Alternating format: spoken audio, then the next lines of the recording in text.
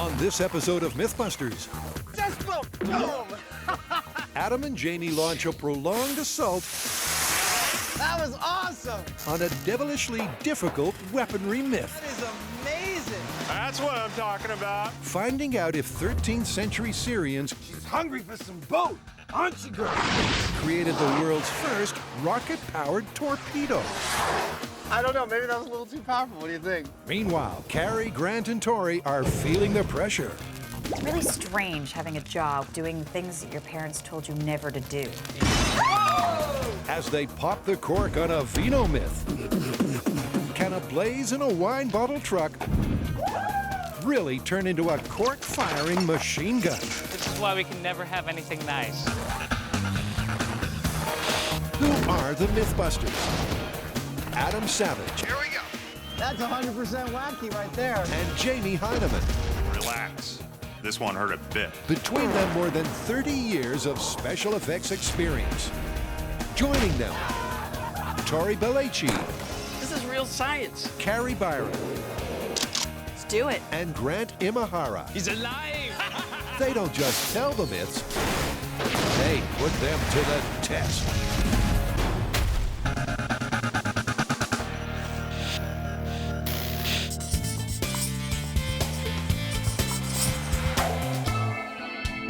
Dude, we have got a historical weaponry myth that is actually older than you.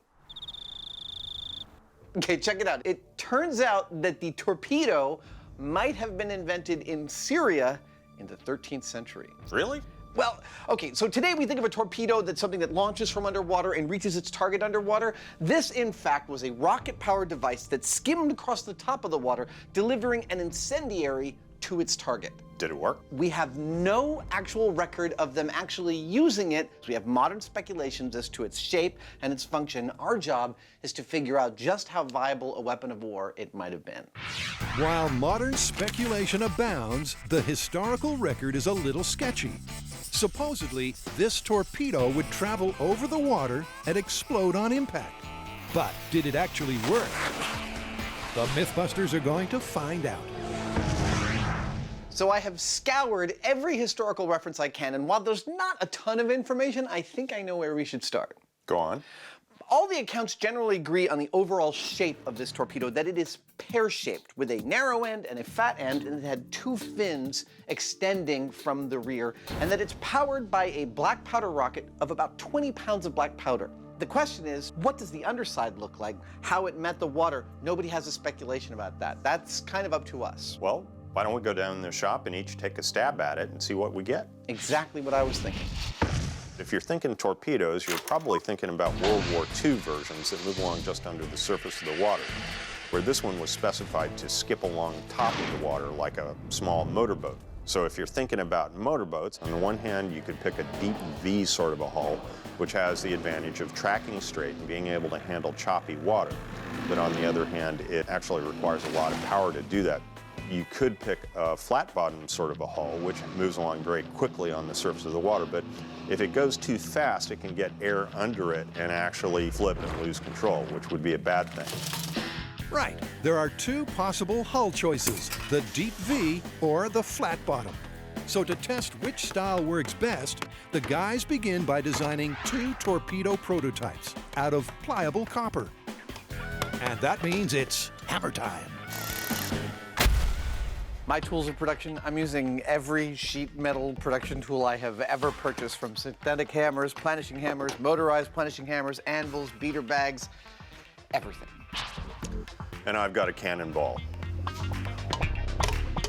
Jamie is forging a flatter bottom torpedo, while Adam is hammering out the deep V. Two different hulls and two different prototypes are soon ready to take to the water in a head-to-head accuracy launch. We'll see what happens. Well, that thing's looking pretty snappy. I'm pretty psyched about it. Can't wait to try it. How's yours? Well, it's not quite as pretty as yours is, but it ought to work. Let's get them out there and try them. Yeah. All right. And for that, the MythBusters have found the ideal location. A lovely day to fire torpedoes. Let's get to it. I'm I'm standing at one of our favorite MythBusters locations on the island of Treasure Island in the middle of San Francisco Bay at a fire training facility. Now, we've filmed exploding stun gun and dumpster diving out here, but we have never used this pool behind me. We're going to use it today for testing some ancient torpedoes. And they'll be aiming those torpedoes at a target 100 feet away. But to get them there, first, they'll need some thrust. Our rocket power today will be supplied by this, which provides 5.9 pounds of thrust for 2.8 seconds. Will that translate to my torpedo making it from one end of our 100-foot pool to the target? Honestly, I don't think so, but that's okay, because this is a relative test. We're just trying to figure out the best hull shape at this point. And first to launch is Adam's Deep V design. It's just sinking into me what we're doing. Crazy. In 3, 2, 1. There it goes.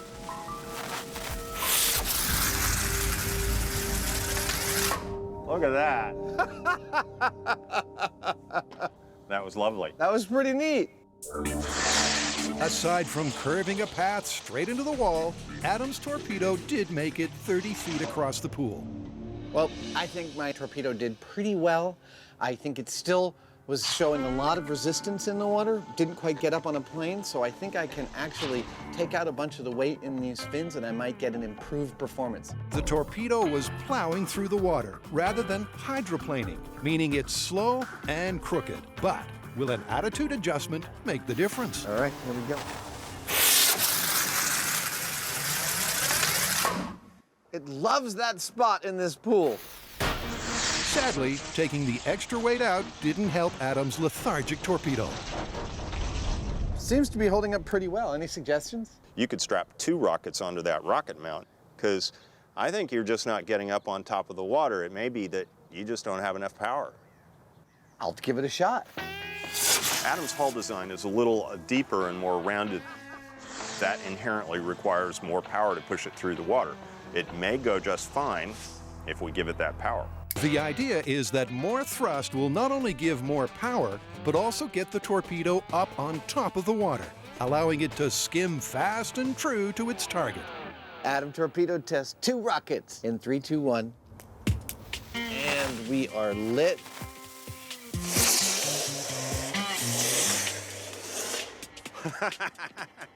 That was awesome!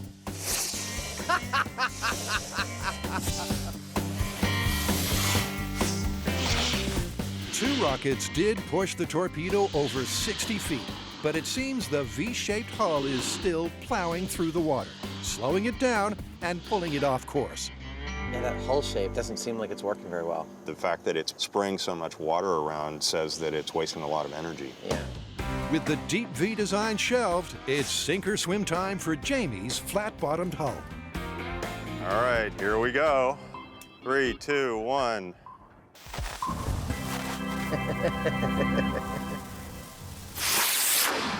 Ooh! And sink is not the option Jamie was looking for.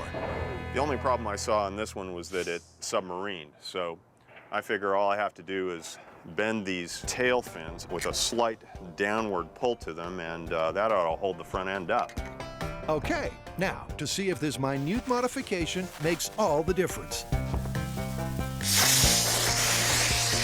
Yeah! Where did it go? It's just sitting right there about the halfway mark, a little bit more. Amazingly, the torpedo skimmed the water, hydroplaning 70 feet straight along the pool, proving that a flat bottom is faster and more effective. The slight adjustment to the rear fin seemed to do the trick, and I gotta say the flat bottom and long, narrow design allowed it to track pretty well over a great distance right on top of the water. I think we're looking pretty good. Looking pretty good, but just to be sure, it's double or nothing. This one's for the gold. There you go. Come on, baby.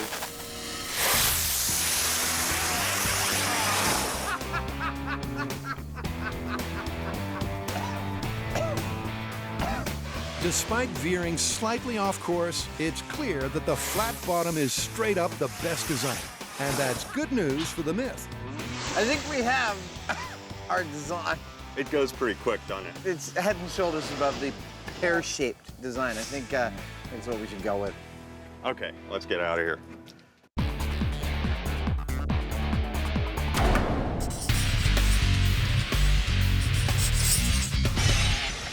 So our next myth combines two things that don't normally go together: projectiles and wine. Oh, you're talking about the exploding wine truck myth. Correct. Supposedly, a semi filled with wine crashed on the freeway and caught fire. Oh yeah, and the fire gets so hot that it causes the wine bottles to violently fire out their corks. How violently? Like, were they lethal? Well, we don't know because no one was ever hit. But here's the mythical part.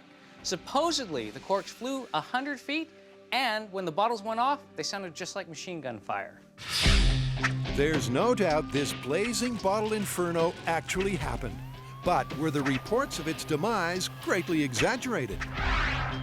Did it really launch corks over 100 feet with a machine gun-like rattle? Okay, the way I see it is we've got two directions we can go here. Either we just set a wine truck on fire and see what happens, or we can go to the shop and do some bottle testing. Yeah, I mean, personally, I'm a little hesitant to set a whole truck full of wine on fire unless we know what's going to happen. So why don't we start out with learning more about wine and the bottles and the corks, and then move on to our small scale. Ooh, research. Since this myth is about corks firing out of wine bottles like machine guns, we thought what better place to go than Domaine Carneros Winery to see what kind of circumstances might have caused this to happen. Was it the bottles? Was it the liquids inside the bottles? Or was it the heat applied to the bottles? And to find the answers, Carrie's encountered an expert. You've been making wine for 30 years. What do you think of the idea that if a wine truck caught on fire, that wine corks could start shooting out of it like a machine gun? I believe it is conceivable. I know that when wine bottles get too warm, that sometimes the cork will push out a little tiny bit. I think that still wine bottles under extreme pressure of intense fire could shoot corks or could explode. And pressure is the name of this game. As heat is applied, the wine starts to evaporate, which increases the pressure in the bottle until... But what else could affect the power of the projectile? Is there a possibility that the shape of the bottle might have any sort of effect on the pressure? I don't think so. The shapes of the bottles are determined by tradition and custom, but I think under extreme temperature, all bets could be off. So bottle shape might be a factor. And on the champagne assembly line, Grant's found something that definitely is carbonation. Sorry, it's my first day. Sorry, everybody. With an internal pressure of 80 psi, adding heat to a champagne bottle may make it more likely to shoot for the moon. So this machine is the corker. Now from this moment on, this bottle becomes a pressure vessel, potentially housing the kind of force that can cause a wine bottle to turn into a machine gun. And that is what this myth is all about. So after a long day's research, what's the take home? So after touring the winery and the bottling production facilities, we've come away with a few pieces of information. We know that heating the bottle could be a factor in building the internal pressure, and the same thing goes for agitating the bottle. But what we don't know is the magical combination of bottle shape and type of wine that'll cause our corks to go the fastest and the furthest. But that is what we're going to move on to next. Okay, and back at the shop, Carrie begins by sizing up her opponent. Now, winemakers actually use different shaped bottles for different wine. You can tell that you have a Riesling because it has slender shoulders. A Burgundy is a little bit fatter at the bottom. You have shoulders on a Bordeaux. So it's possible that the size of the bottle, the type of wine, or even the shape of the bottle might make a more explosive cork. And to find out, the team is going to fire up a wine flambé I'm making my Zen garden. to see if any bottle can shoot its cork the mythical 100 feet.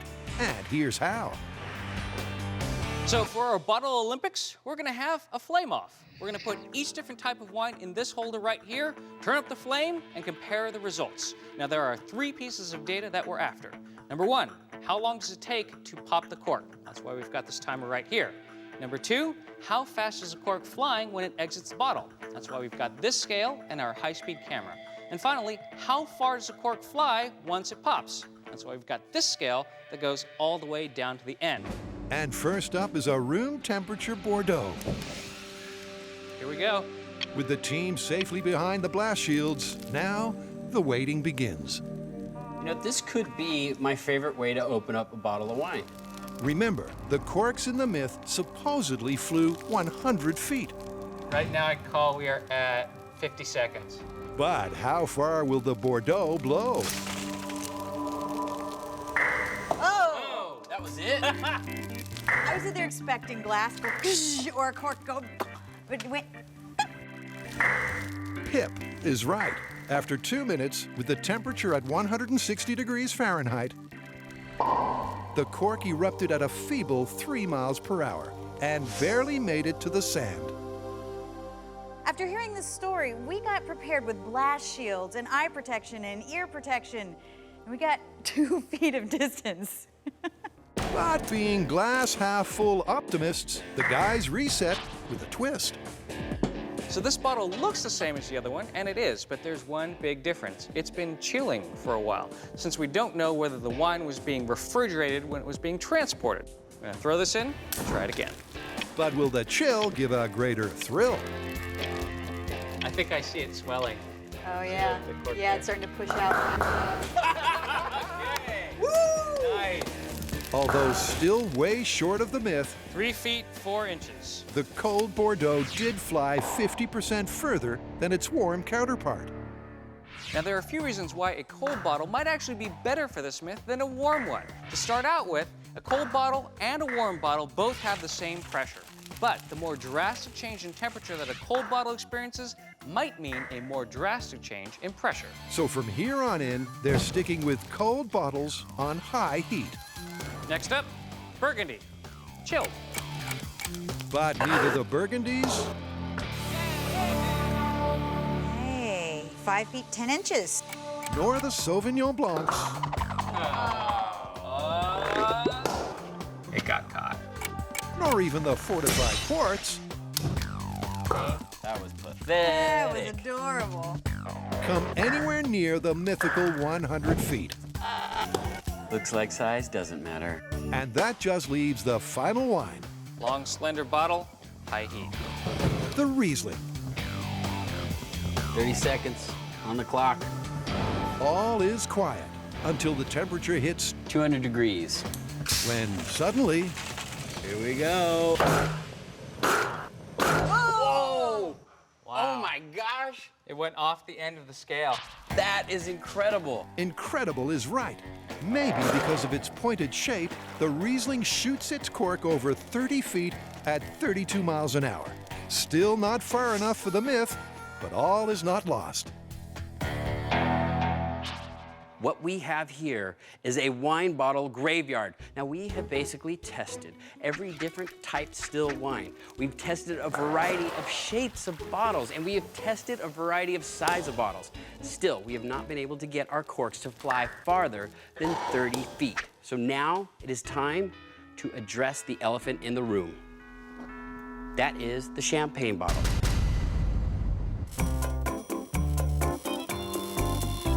Supposedly, the ancient Syrians created the world's first rocket-powered torpedo.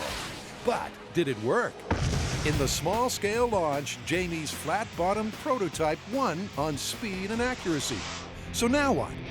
I can't think of anything to do now but go full scale. Yep. So about that 20-pound black powder rocket, you think we need to build one? Nah, those things are scary. I think we should use a modern rocket equivalent. All right. Well, then I guess what's ahead is to build a few full-size torpedoes and find a body of water to test them on. Sounds good. And that means the guys are ramping up the scale for a full-blown torpedo attack. This steel structure is my mold. I'm going to weld the sheet metal to it, and that'll hold it stable while I beat on it with a cannonball welded onto the end of a jackhammer. I have no idea if it's going to work or not. I don't either, but it is cool.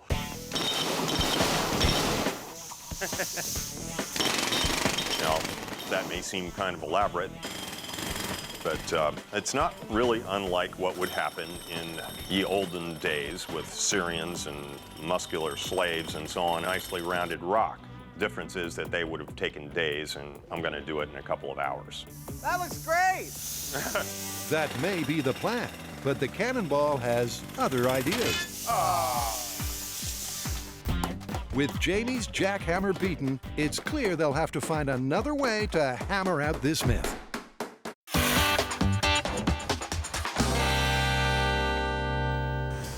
That was it? So far, the Mythbusters have popped the cork on still wine. But now it's time to unleash the big guns. It's time to bring out the bubbly. Already at a pressure of 80 psi, even without any heat, All right, so this is the control test for the champagne. the champagne's cork can fly 25 feet. That's no heating, no agitation, just straight up. So, will an Inferno beat that benchmark? Bottle temps at 200. This could be disastrous. Could be pretty bad. Or it could be awesome. And will the pressure be enough to pop the cork and the wire cage clamping it in? Or will the bottle give way first? All that pressure is building, and if that cage holds that cork in place, the bottle's gonna explode before the cork shoots out. Raining down boiling, sparkling wine on all of us. It's a sobering thought, so Tori gets an elaborate safety solution. That'll keep us safe. It looks like it's gassing out. That's not good. No, it's dripping. I can see it dripping down the side. I wonder if the cork caught on fire. Which could be really dangerous. I see steam. It's a shattering result, Now that's a party! as the glass bursts first, meaning the cork hardly flew any distance at all. So for Champagne Test 2, the guys are dialing down the size of the flame. Really strange having a job where you spend all day just doing things that your parents told you never to do. Cork looks like it's pushing out. Here it goes. Oh my God, it's happening. It's about to pop. It's happening. I could not even see where it went. Talk about a champagne moment. After 5 minutes of flame, the cork flies from the bottle at an astonishing 60 miles an hour. But gets lodged in the ceiling. Finally, we are getting some results, and this is looking very good for the myth. With the champagne bottles, our corks are actually going so far, we are not able to measure them on our scale. They keep hitting the roof. Having hit the champagne ceiling, they head outside, where there's no limit to how far they can pop their corks. Lighten it up. But will they get the 100 feet thereafter? I see some dripping. I see dripping. Well, not with Test 1. Oh, what is that? Like About 40 feet. 40 feet. And not with Test 2. 6 minutes, the bottle exploded. Test 3, with some extra agitation, does better. Oh! Where'd it go? Out there. 50 feet. But still not good enough. So what does this mean for the myth? So far, we've tested dozens of bottles and gotten results that vary from Bordeaux's 2 feet to Champagne's 50 feet. But what all the results have in common is that none of them is even close to the mythical 100 feet that we need. But this is MythBusters. We're not just gonna stop here.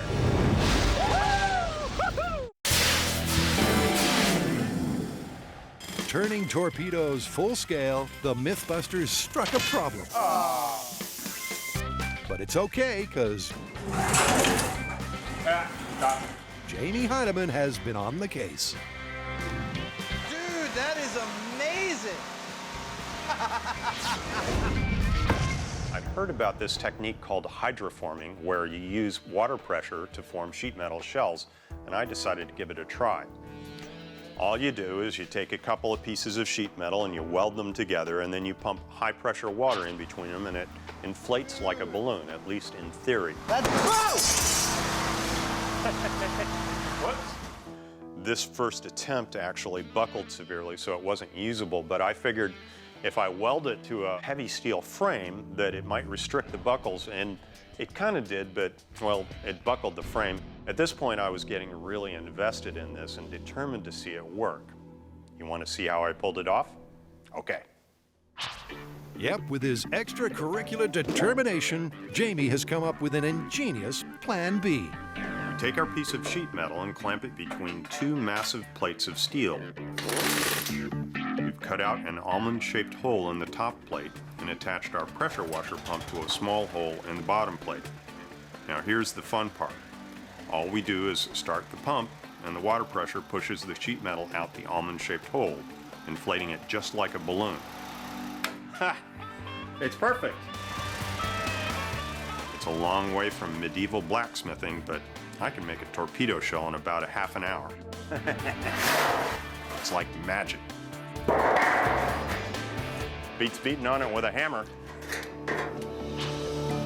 With the shell production line in full swing, Jamie assembles them into torpedoes. Each set of shells is given a rocket casing and some foam flotation to ensure they don't sink to the bottom of the lake while testing. And finally, a set of laser precision control fins to keep them in line. That was a lot of work. Man, they look fantastic. I think our torpedo army is ready for deployment. Time for a road trip? It is. And Ione Quarry, where the MythBusters have slid, flipped, and blasted myths before, Oh, yeah. is the perfect location for deployment. Shall we get started? Yeah, why not?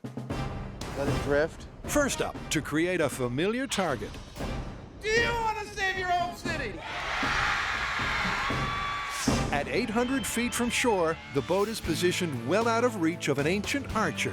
But will it be within reach of their torpedo? Well, there we go. Was nice and pretty, now it's really ugly. You may remember earlier that we do best with a flat-bottomed hull on our torpedo, and this is actually kind of rounded. But I figure it's okay because of the way that I've placed the rocket motor back here, and this forms kind of a straight or flat line, which is what I'm looking for, because when this gets up and running, this is all that's going to be actually contacting the water, and that's what's important. That's what's going to allow it to move real quick and real efficiently. Quick and efficiently, because to test its success as an ancient weapon, they're zeroing in on two crucial criteria: its accuracy and its ability to deliver its deadly payload. And to test those, they'll need some rocket power. In the sparse details we've been able to uncover about this story, the torpedo is said to be powered by a rocket composed of 20 pounds of black powder. What does that equal in a modern-day repeatable equivalent? Well, it turns out to be this puppy. This is an M motor. It puts out 270 pounds of thrust for approximately 14 seconds, and it will be our ye olde rocket engine. When we're walking it forward, don't you feel like we should make some sound effects?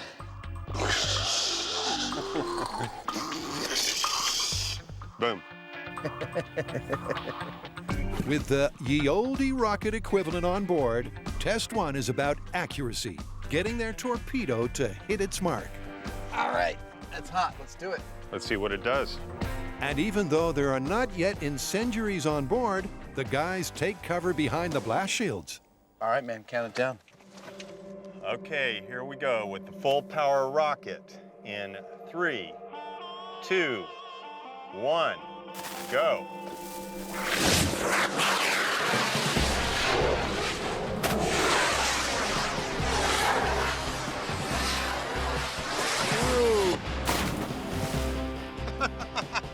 Well, I don't know, maybe that was a little too powerful. What do you think?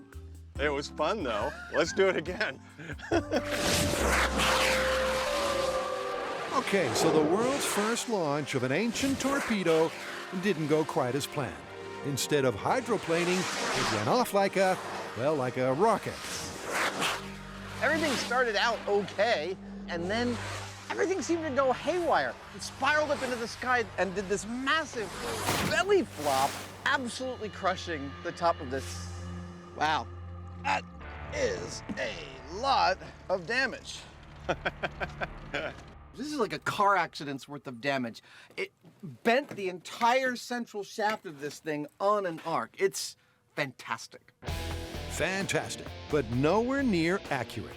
So for test two, they'll reduce the speed and cut its thrust. Now I know when you think of Goldilocks, you don't automatically go to an anodized aluminum tube filled with explosives, but that's what's just happened. Welcome to the Goldilocks rocket. This nozzle's been drilled out to 5/8 of an inch, which should lower its pressure rating to between 150 and 180 pounds of thrust, which should be the butter zone that'll get our torpedo all the way to the boat while staying in the water. Now this is rocket science, but that's still the equivalent of the mythical 20 pounds of black powder, just with a longer burn time. Let's get her down to the water. She's hungry for some boat, aren't you, girl? I don't know why I personify the rockets like that.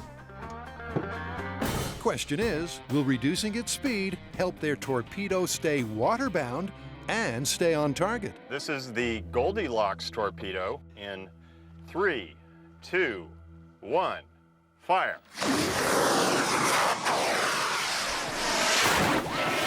Despite its promising start, frustratingly, the torpedo still took flight.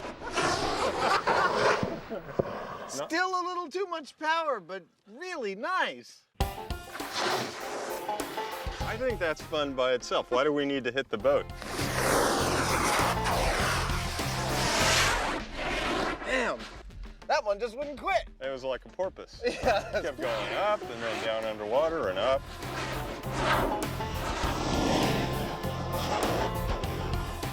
And although the torpedo's aerobatics are certainly entertaining, annoyingly for our MythBusters, it's a long way off the direct hit of the myth. It's not working too well. We're going to have to figure something else out. Yeah, well, let's get on it. Okay.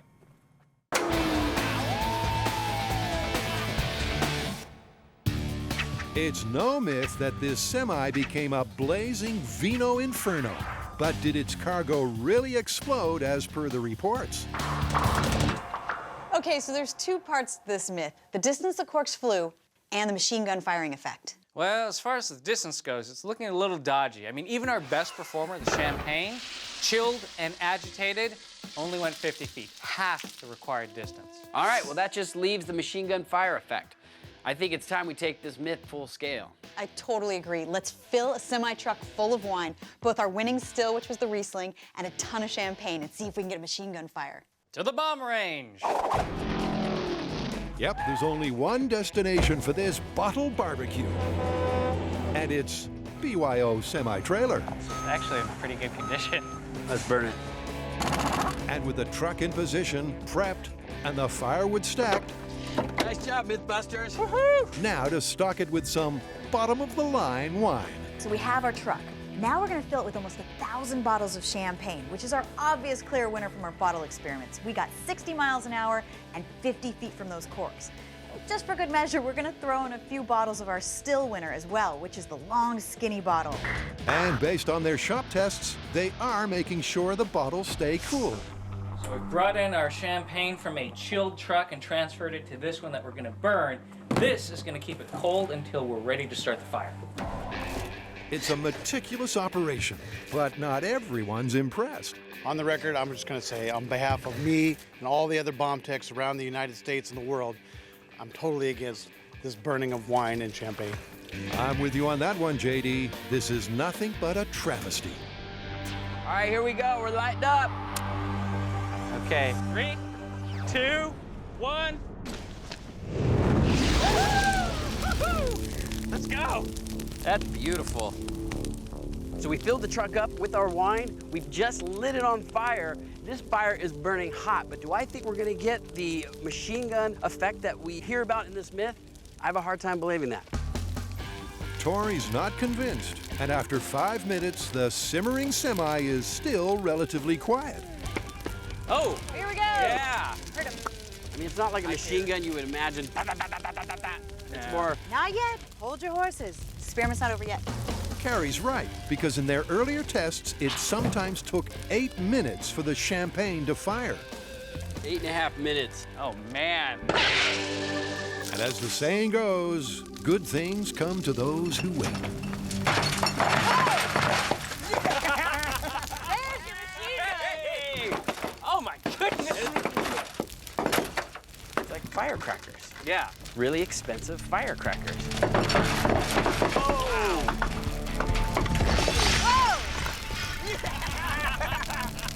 This is better than the 4th of July. In fact, once the gunfire sounds start,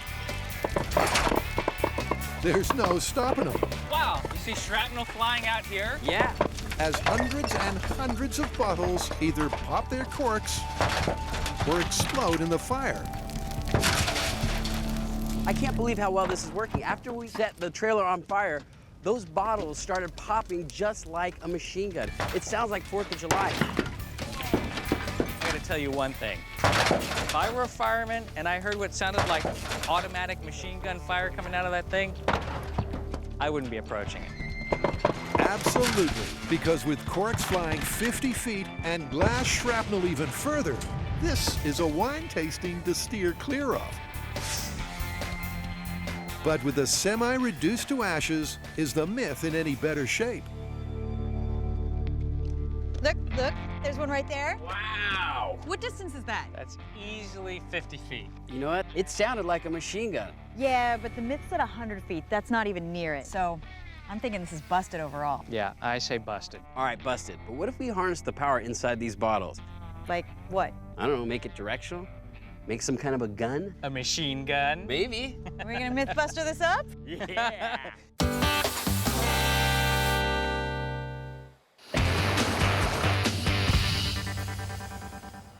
Is it a bird? Is it a plane? No, that's an ancient torpedo, and it's not supposed to be airborne. So our rockets turn out to be quite powerful, and when they cause our torpedo to take off into the sky, that actually has a term in rocketry. It's called skywriting. We don't want to be skywriting, so we are going to add actually a tether, a guide wire under the water that will hopefully guide our torpedo right to the boat. The skywriting is on the wall. Accurately hitting the solo boat is proving more difficult than the more likely target of a 13th century invading armada. So for test 3, accuracy is out of the picture, and they're jumping ship to test the payload delivery. All right, ladies and germs, we're ready to head across the lake. Oh, crap. Uh-oh. All right, let's go. With the taut tether ready to keep it in line, That's a lot of tension. Oh, that's pretty good. torpedo number 3 is loaded with the rocket equivalent of 20 pounds of black powder and its deadly payload. These are my incendiary devices. They're actually filled with gasoline and a couple of other things that make it a secret recipe. That right there, 10.5 pounds of death and destruction to be delivered as soon as possible to our enemies. Death and destruction, as long as it explodes on impact. For this to be a successful test, we've got to be able to launch our torpedo from shore, have it skim across the surface of the water, and crash into our target boat, splashing incendiary liquid all over it and creating a big fireball. That's what we've got to do. Yep, accuracy is beside the point. This test is about whether the torpedo delivers its destructive payload. Tethered Goldilocks, let's hope this one works. In 3, 2, 1, fire. Oh, shoot. We were doing better without it tethered. I'm sad. Rockets don't like to be tethered. No. Nor torpedoes. They just want to be free. Free-range torpedoes. In contrast to yesterday's test, the tether definitely kept the torpedo waterbound, although a little too much so. But that's a problem they think they can fix. In the interest of trying everything we can think of, we have moved the boat from its original position of 800 feet from shore to 200 feet from shore, and we've moved the guide wire from underwater to above water. I really hope this works. Remember, the historical record isn't clear as to whether this was a long or short-range weapon, so they're closing in to concentrate on payload delivery. There we go. It's now or never for their torpedo of doom. Okay, incendiary torpedo in 3, 2, 1, fire. Come on!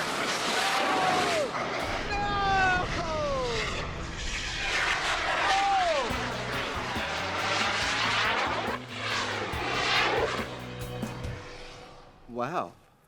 That didn't go at all like I expected.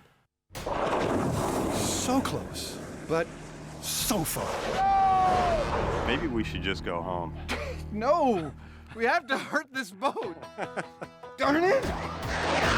Everything was going to plan, but the tether snapped, turning the torpedo into a surface-to-air missile.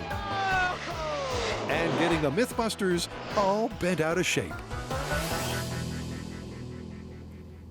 I'm a sad monkey right now. That's our enemy. Look how close he is to shore. We've got rockets, we've got incendiary. Somehow we can't stop him. Just bugging the hell out of me. Yep, it seems the torpedo is less death and destruction and more like a weapon of mass frustration. And with only one remaining torpedo, they've only got one more shot at the myth.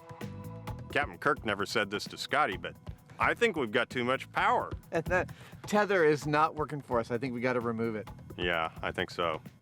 I didn't know you watched Star Trek. Sure.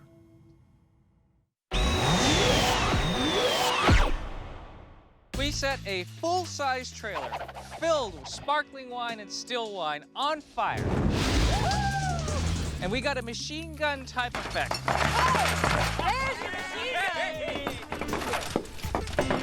But we didn't get the mythical 100 feet. So this one is busted. But we're not gonna stop there. This is MythBusters. So the next step for us is to go with the spirit of the myth and replicate the results. And that means making our own wine bottle machine gun. And back at the shop, that's exactly what the MythBusters are gunning for. So after all of our testing, we've decided to try to replicate the result and give that machine gun effect the myth talks about by harnessing the power of the wine bottle. We basically just cut up a bunch of pipes, put it on some bearings, made it look like a Gatling gun, and we're gonna use propane as a heat source. This is it, the ultimate MythBusters wine machine gun. We're using chilled champagne bottles, shaken and set over an open flame. Now it's time to fire this thing. It's certainly a red-hot piece of hardware that only needs a target. And that's where Grant comes in. There'll be potentially shattering glass, boiling liquid. So I have this. It's a fire suit. Hopefully, it's gonna keep me safe. Let's do this. With Grant quite literally staring down the barrel, Here come the pain! it's go time. I forgot to protect my nether regions. As machine guns go, it's a low-key start, as the team has to wait 10 minutes for the wine to reach optimum pressure. But then, Ah! Got him in the leg! Right in the ding-ding!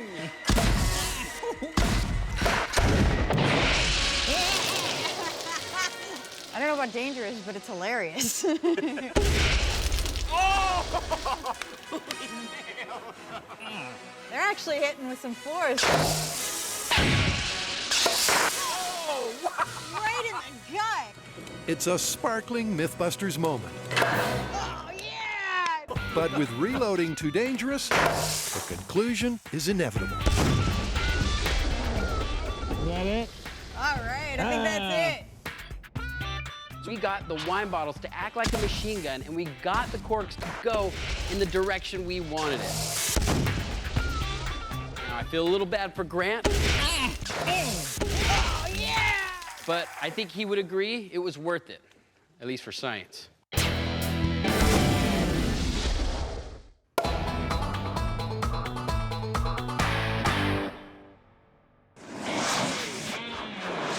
The MythBusters are at the end of their tether.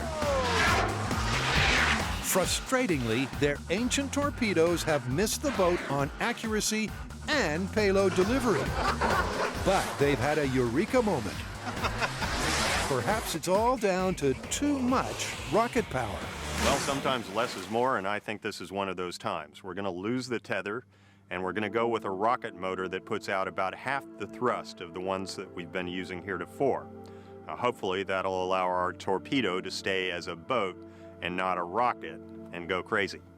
Yep, this is their last torpedo and their last chance to get accuracy and payload delivery all in one. If having the thrust doesn't get a direct hit, then this myth is totally and utterly sunk. But in case it does, Adam's given the boat an ancient overhaul.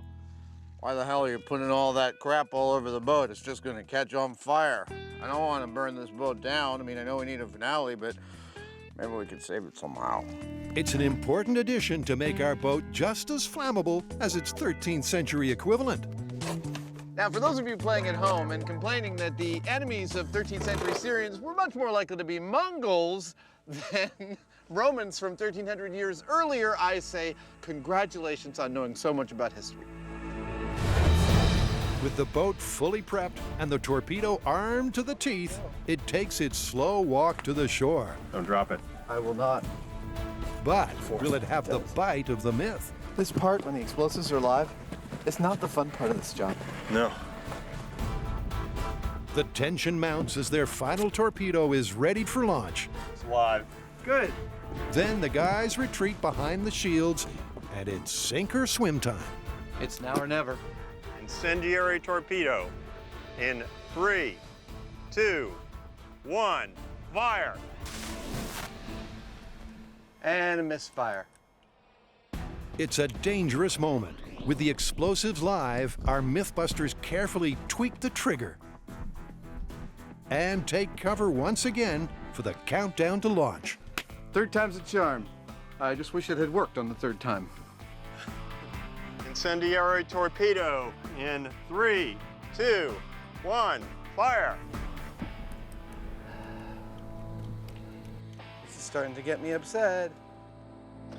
There it goes! Come on, baby, come on! Hit it!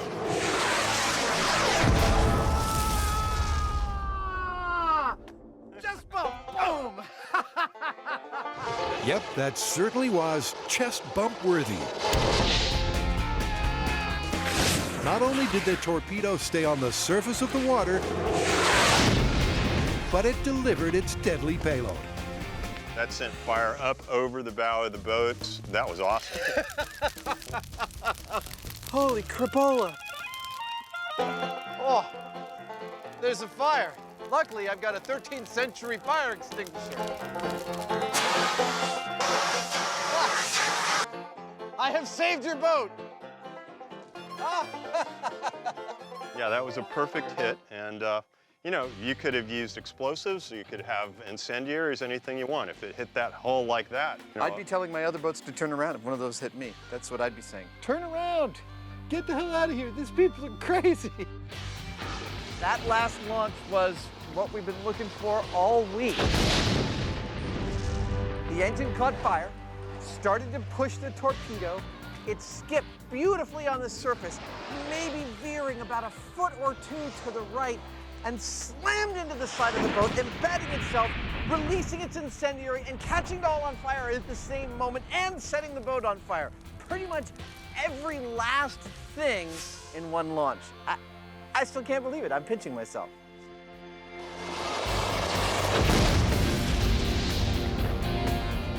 Well, how do you want to call this one? Was the Syrians' mythical surface rocket-powered incendiary-delivering torpedo been an effective weapon of war? Indeed it was, based on this test. We have to call it plausible, don't we? Absolutely. Barring a time machine, it's plausible. Let's get out of here.